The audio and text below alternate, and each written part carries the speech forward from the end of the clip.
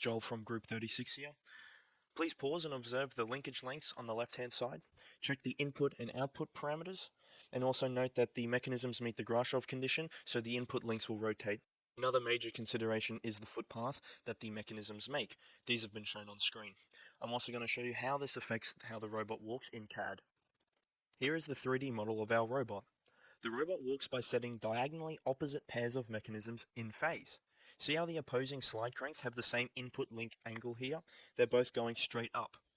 Whilst from the side view we see that the input link are 180 degrees out of phase for the neighboring mechanisms. This, in conjunction with the footpaths previously shown, allow the robot to take steps. See here that we're at the peak of the step.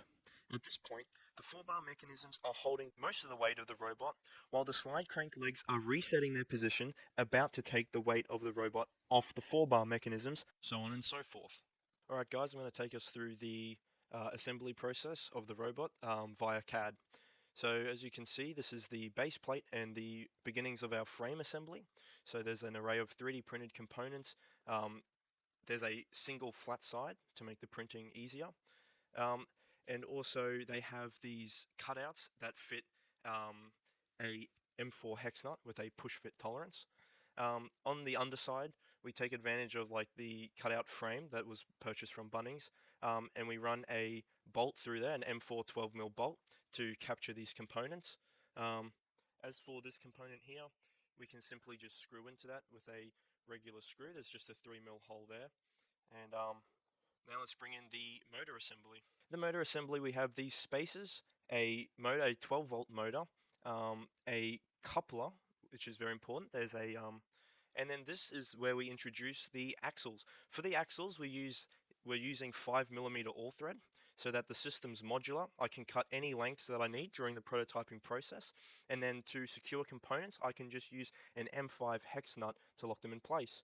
I'll also throw up on screen a way to encapsulate other components that need to rotate freely, and here that is. Moving on from that, the coupler and the axle has to correctly grab the shaft coming from the motor with this cutout that we see here, that feature. On the other side, I use a 2-part epoxy glue to secure the coupler to the 5mm all thread axle. That's pretty much all for the motor assembly. Just a quick aside for assembling the electronics. Top left is the battery connector, is a Dean style plug that is soldered together, heat shrinked and taped over, as you can see. And then following along that wire over to the right, there's a Wago connector so that the wires can be switched if I would like. Alright, we're going to step away from the CAD and other photos to demonstrate how the axles are assembled for this robot. So, for one of these axles, you start with the axle fully removed and you thread it first through this section of the frame, this little post, and I'm covering with my finger where the axle would come up to at that point. The axle would come up to there, then you'd thread these nuts on and then continue pushing the axle through. You'd push it past this component, then in the correct order you would thread on a nut, then the gear, then another nut, and then the axle would be up to there.